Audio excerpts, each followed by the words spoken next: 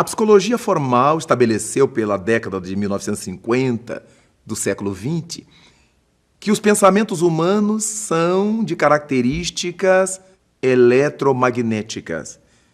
E por causa disto, temos que convir que o pensamento humano ingere em tudo que seja elétrico, em tudo que seja magnético.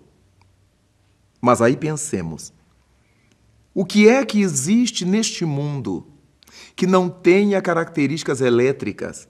Porque tudo é composto de átomos. E os átomos são compostos de elétrons, com seus prótons, com seus nêutrons. É desse modo que vemos que em todas as coisas existirá a possibilidade de que a mente eletromagnética, os pensamentos eletromagnéticos, interajam com tudo quanto existe. E desse modo, nós passamos a perceber a força dos nossos pensamentos. Por causa disto, todos nós, seres humanos, temos a nossa capacidade de influenciar aquela pessoa e de nos influenciar a nós mesmos. Do mesmo modo, as pessoas têm o poder de nos influenciar. Vejamos como nós somos influenciados por artistas, por desportistas, por políticos, por vizinhos, por amigos, por inimigos. Uma palavra que a pessoa nos diga, uma mensagem que a pessoa nos passe, uma música que nos cante, uma jogada especial, faz com que nós passemos a devotar-lhe uma atenção e a nos submeter ao império de seu pensamento, e muitas vezes esses indivíduos nem sabem que nós existimos. Mas nós os apreciamos de longe e nos deixamos render por seus pensamentos.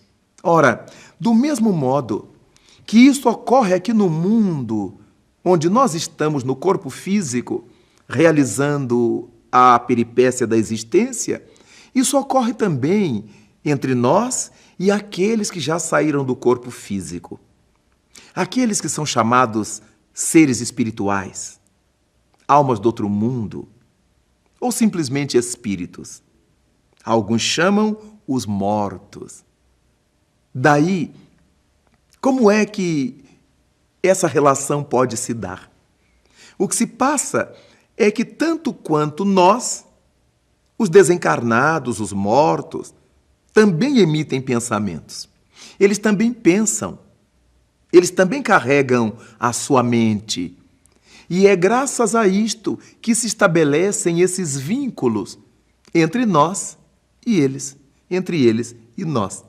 De acordo com as coisas que falamos, que pensamos, que gostamos na vida, entramos na sintonia dessas criaturas espirituais.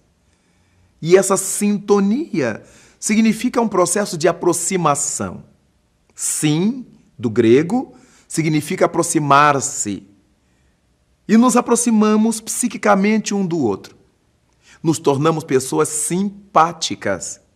E, deste modo, passa a haver uma interferência de um sobre o outro. Se nós, pelos nossos atos, pensamentos, pelo nosso tipo de vida, nos tornarmos simpáticos a espíritos nobres, a criaturas nobres do mundo invisível, melhor para nós, porque comumente são eles que nos dirigem.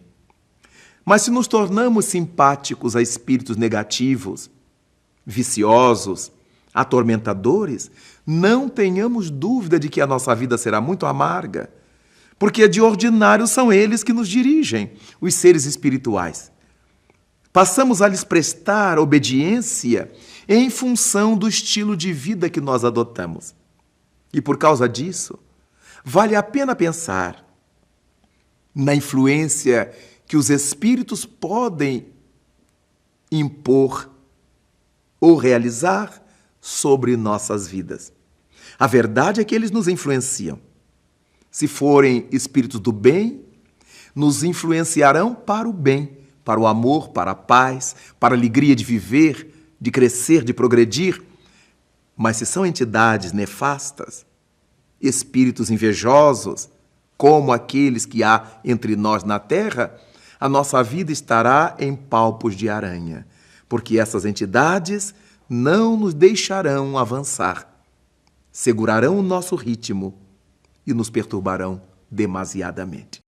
A responsabilidade pessoal na influência espiritual. Uma vez que nós permitamos que esses espíritos perturbem a nossa vida, estaremos em suas mãos, porque somos nós os que lhes abrimos as portas. Afinal de contas, esse processo de sintonia, esse processo de simpatia, não ocorre em função de nós acreditarmos em espíritos. Há muita gente que desacredita em espíritos, mas nem por isto impede que eles se aproximem. O fato de um cego de nascença não admitir a existência do sol não faz com que o sol deixe de existir. Então não importa se o indivíduo é descrente das questões espirituais, se seja ateu ou materialista. O fato é que as suas atitudes chamam para a sua convivência mental seres da mesma índole, seres negativos, que queiram tirar proveito dessa incoerência, dessa ingenuidade, dessa pirraça mental. Do mesmo modo que as atitudes probas, as atitudes dignas, as atitudes nobres, facultam a aparição de seres espirituais notáveis, o acercamento, a aproximação de entidades espirituais de alto nível, que estarão investindo em nossas possibilidades melhores. Alguém perguntará, mas onde é que está o nosso anjo guardião? Será que o nosso anjo guardião, nosso guia espiritual, não inibiria essa ação nefasta de entidades perturbadoras? Seria a mesma pergunta feita aqui na Terra para pais de drogaditos, pais e mães de prostituídos, pais e mães de criaturas criminosas. Onde é que estão esses pais? É que os pais respeitam o livre-arbítrio dos filhos. E chega a um ponto que esses pais não podem fazer mais nada diante da liberdade que seus filhos têm de agir. Os nossos anjos guardiães nos inspiram para o bem, nos propõem coisas para o bem, mas eles não podem viver a nossa experiência. Eles não podem viver no nosso lugar. A responsabilidade pela qualidade de nossas influências espirituais recai integralmente sobre nossos ombros. Cada atitude e pensamento cultivado atrai ou repele determinado tipo de companhia espiritual. O indivíduo que se entrega aos vícios, aos pensamentos destrutivos ou às ações prejudiciais ao próximo, inevitavelmente se torna simpático a entidades de baixo nível moral, que encontram nele terreno propício para suas influenciações negativas.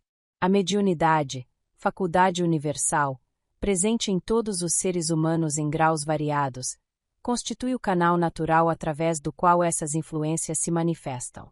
Desde os primórdios da humanidade, todas as civilizações reconheceram e denominaram diferentemente essa capacidade de comunicação com o mundo invisível. Seu desenvolvimento deve ser direcionado ao bem comum, com propósitos elevados. Por isso, a atividade mediúnica exige preparo moral, estudo criterioso e reforma íntima.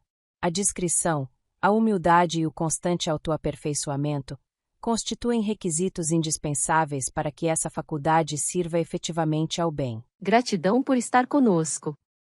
Este foi apenas um aperitivo e, caso queira ver o vídeo todo, acesse o link na descrição. Te convido a deixar seu comentário e a navegar na playlist do expositor para explorar outros temas inspiradores. Sua participação é essencial para fortalecer o crescimento do canal e também criar uma rede de troca de experiências entre todos que buscam compreender os mistérios da nossa jornada. Muita luz para você e até breve.